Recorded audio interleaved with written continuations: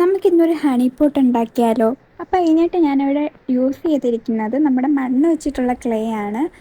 അപ്പം നിങ്ങളുടെ കയ്യിൽ ഇതില്ലെങ്കിൽ നിങ്ങളുടെ കയ്യിലുള്ള നോർമൽ ക്ലേ വെച്ചിട്ട് ഇത് ഉണ്ടാക്കാം. എൻ്റെ കയ്യിൽ നോർമൽ ക്ലേ ഇല്ല, അങ്ങനത്തെ മണ്ണ് വെച്ചിട്ടുള്ള ക്ലേ ഉള്ളതുകൊണ്ടാണ് ഞാനിത് ഉണ്ടാക്കുന്നത്. ഞാനിതിപ്പോൾ ഇൻട്രസ്റ്റിൽ കണ്ടിട്ടാണ് ഉണ്ടാക്കുന്നത്, പക്ഷേ ഇൻട്രസ്റ്റിൽ ഞാൻ ഉണ്ടാക്കിയ മാതിരി ഒന്നുമേ അല്ല, നല്ല ഡിഫറൻസ് ഉണ്ട്. സോ അത് വെച്ചിട്ട് ആരും ഇതിനെ കമ്പയർ ചെയ്യാൻ നിൽക്കല്ലേ.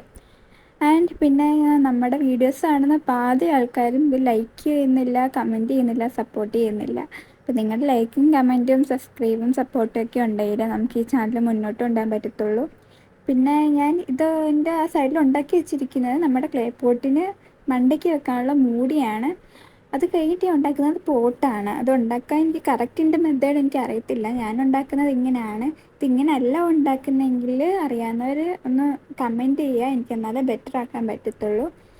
അതിനായിട്ട് ഞാനിവിടെ കുറച്ച് നല്ല രീതിയിൽ ക്ലേ എടുത്തിട്ട് അതിനകത്തൊരു ഹോൾ ഇട്ടിട്ട് നല്ല രീതിയിൽ അകത്ത് സ്പേസ് ഉണ്ടാക്കി കൊടുക്കുകയാണ് ചെയ്യുന്നത്.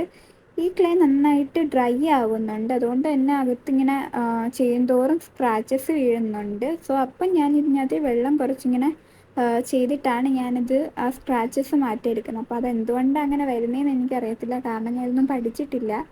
പഠിക്കാതാണ് ഇതൊക്കെ ചെയ്യുന്നത്. സോ അതിൻ്റേതായിട്ട് ഒരുപാട് പോരായ്മകളുണ്ട്. അപ്പോൾ നിങ്ങൾക്ക് ഇതിഷ്ടപ്പെടുവാണെങ്കിൽ എന്തായാലും കമൻറ്റ് ചെയ്യുക, എന്തുകൊണ്ടിട്ടാണ് അങ്ങനെ സ്ക്രാച്ചസ് വരുന്നതെന്നും കൂടെ അറിയാവുന്നവരൊന്ന് പറഞ്ഞു തരണേ.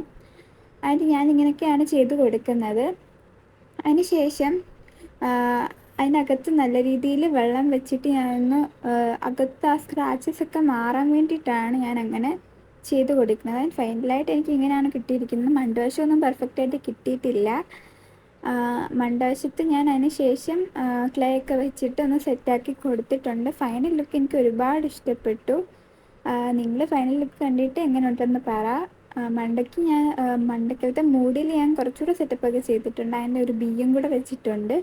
ആൻഡ് ഫൈനൽ ലുക്ക് എങ്ങനെയുണ്ട്, നിങ്ങൾക്ക് ഇഷ്ടപ്പെട്ടെങ്കിൽ സബ്സ്ക്രൈബ് ചെയ്യുക, ലൈക്ക് ചെയ്യുക, സപ്പോർട്ട് ചെയ്യുക.